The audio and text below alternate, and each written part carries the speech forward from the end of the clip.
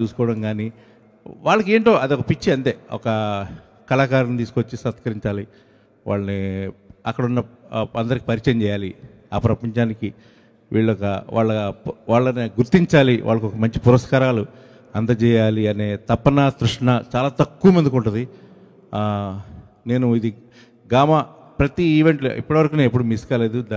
First event నుంచి కూడా నేను వస్తూనే ఉన్నాను. నాకు అందుకే అంటే ఎలాంటి లాభాపేక్ష లేకుండా, ఎలాంటి ఉద్దేశం లేకుండా మనస్ఫూర్తిగా చేస్తుంటాడు త్రిమూర్తులు. అందుకే నాకు ఏమి ఇచ్చినా ఇవ్వకపోయినా, పువ్వులు ఇచ్చినా ఇవ్వకపోయినా నేను అనగానే వస్తూ ఉంటాను బయలుదేరి. చెప్పాను కదా, ఆయన ఒక బలహీనత, మాకు గామా అనేది నాకు ఒక బలహీనత, అంతే. That's it, simple. సో ఇప్పుడు రాబోయే ఈవెంట్ ఇంకా అద్భుతంగా జరగాలి. త్రిమూర్తులు గారు గామాని నిర్వహించడంలో చాలా చాలా సక్సెస్ అయ్యారు. ఎందుకంటే అంతమంది పెద్ద పెద్ద వాళ్ళని తీసుకురావడం మీరు చూసారు. డే వన్ నుంచి కూడా లైక్ పెద్ద పెద్ద స్టార్స్, పెద్ద పెద్ద మ్యూజిషియన్స్ అందరూ కూడా ఈ ప్రోగ్రాంలో పార్టిసిపేట్ చేశారు. ఎప్పుడు ఏ రోజు తగ్గలేదు తను. లాస్ట్ ఇయర్ కూడా అసలు అద్భుతంగా చేశారు ఈ ఈవెంట్ని.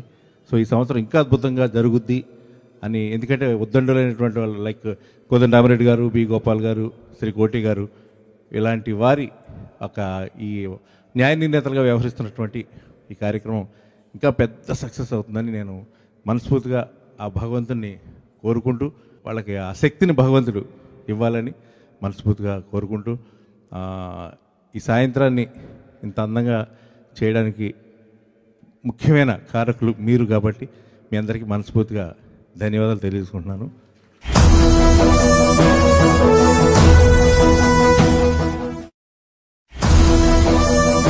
గల్ఫ్ గడ్డపై తెలుగు సినిమా గొప్పతనాన్ని ప్రపంచానికి చాటే గామా వేదిక సినీ ప్రతిభను గౌరవించే గొప్ప సందర్భం.